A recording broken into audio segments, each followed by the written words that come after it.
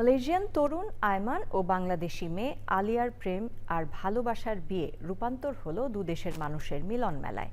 দ্বীপরাজ্য পেনাংয়ের ঝলমলে magical convention সেন্টারে আলো ছড়ায় বাংলাদেশি ও মালয়েশিয়ানদের সৌহার্দ্য, সম্প্রীতি আর ভালোবাসার বন্ধন।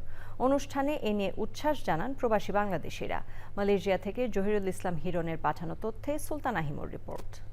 মালয়েশিয়ার দ্বীপরাজ্য পেনাংয়ের আলো বাতাসে বেড়ে ওঠা আয়মান আলিয়ার ভালো লাগার শুরুটা ছিল সুঙ্গাই নিবংয়ের স্কুল জীবনে। ভালো লাগা থেকে ভালোবাসা, প্রেম, অতঃপর বিয়ে। পেশায় রোবট ইঞ্জিনিয়ার মালয়েশিয়ান তরুণ আয়মান ভালোবাসার মানুষকে জীবনসঙ্গী হিসেবে পেয়ে জানান তার অনুভূতি।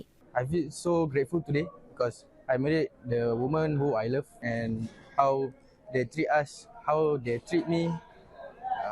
That's all. For me, I'm so grateful to have this family.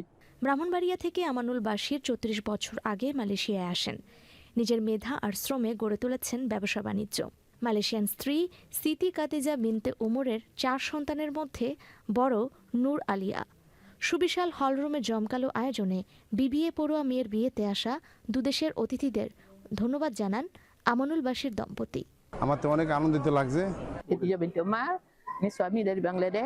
এটি শুধু দুই পরিবারের সম্পর্ক নয়, বরং অনুষ্ঠানস্থল হয়ে ওঠে বাংলাদেশ ও মালয়েশিয়ানদের মধ্যে আচার, কৃষ্টি আর সংস্কৃতির আদান প্রদানের মিলন মেলা।